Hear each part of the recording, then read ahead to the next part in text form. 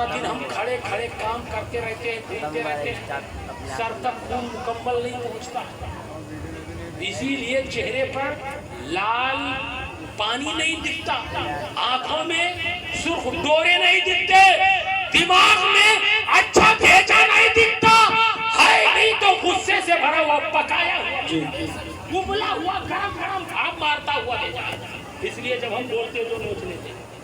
और रात को जब सोने आए, मालूम है, डॉक्टर से पूछ तो इतना मोटा तकिया सर के नीचे रखा, अब भी नीचे आसानी से पहुंच रहा है, ऊपर आसानी से नहीं पहुंच रहा। अरे सजदा करके देख, एक रकात में 2 सजदे हैं, जरा लंबा कर दे, 3 बार नहीं, 9 बार 11 बार तस्बीह पढ़ ले सजदे की, सारे बदन का खून इकट्ठा होकर तेरे सर तक पहुंच जाएगा। तू सोचने के काबिल हो जाएगा, तेरे सर का दर्द खत्म हो जाएगा, तेरे सर का टेंशन खत्म हो जाएगा, तेरे वजूद की तमाम परेशानी दूर हो जाएगी। सुन, सर सबसे अहम चीज है, एक सबसे अहम चीज है। जब आदमी सजदे में जाता है तो पिछला हिस्सा उठ जाता है, अगला हिस्सा नीचे चला जाता है।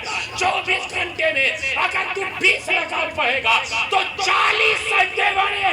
40 सजदे अगर एक मिनट के हो गए तो 40 मिनट जो आदमी सर के बल खड़ा होकर वर्जिश करता है, उसके बराबर तूने फायदा हासिल कर लिया।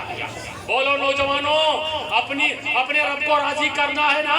हम ये नहीं कहते हैं कि 5 वक्त पाबंदी के साथ पहुंचो, अरे तू चालू तो कर, जब लो लग जाएगी तो अल्लाह खुद ही पहुंचा देगा।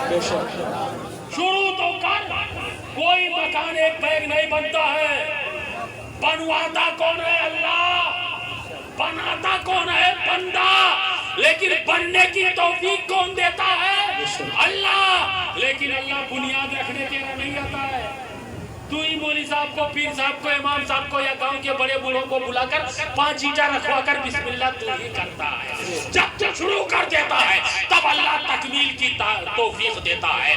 इसी तरह तू जिसे फज्र में आँख खुले वो फज्र में पढ़ने चलाए, और जिसे जोहर में मौका मिले वो जोहर में चलाए, जिसे मगरिब में मौका मिले वो मगरिब में चलाए। लेकिन नमाज चालू करो नौजवानों, तुम चालू करोगे तो ये बुढ़े शर्म से पिघल कर पानी, ये तो तुमको रास्ता ना बता सके। अब तुम आगे बढ़ो, इनको रास्ता बताओ। इनका जमाना गया, तुम्हारा जमाना आया है, रास्ता तुम दिखाओ। एक जमाना होगा, आने वाली नस्ल कहेगी कि हर जगह बाप बेटे को रास्ता बताता है।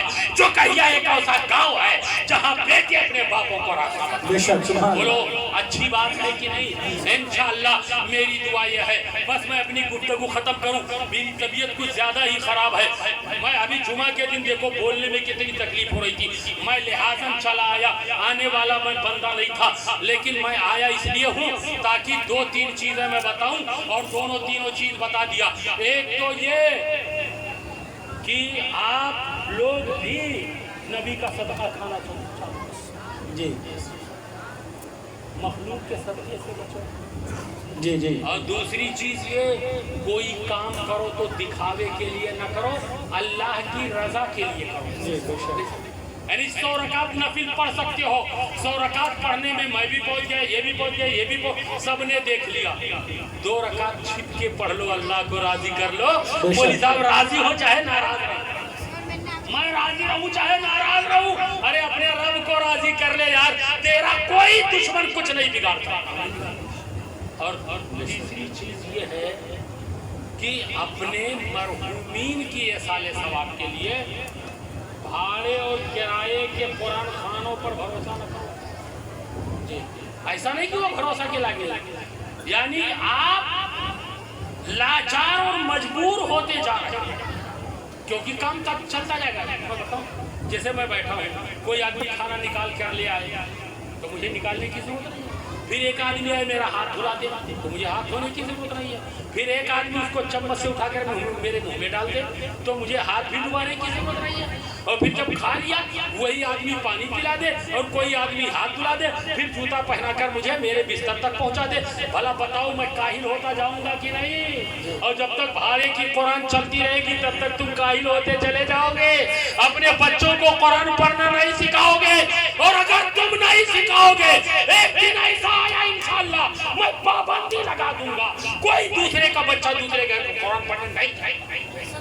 سنو اب کہو گے کیسے؟ یہ بلرام پور موجود ہے، جب میرے خلاف مفتیان کرام سے فتویٰ لے کر کہ نابالغ بچوں کے قرآن خوانی کا مسئلہ کیا ہے، ان کو راضی کیے بغیر ان سے قرآن پڑھانے کا مسئلہ کیا ہے، ان کا دل خوش کیے بغیر ان سے کوئی قرآن مل سکتا ہے کہ نہیں؟ میری بات سمجھ رہے ہیں؟ تو کیوں نہ اپنی مرضی سے پڑھو. اب کہو گے حضرت اب ہم بڑھاپے میں کیا قرآن پڑھیں گے؟ وہی تو بتا رہا ہوں. جو شخص ایک روایت میں 70,000، ایک میں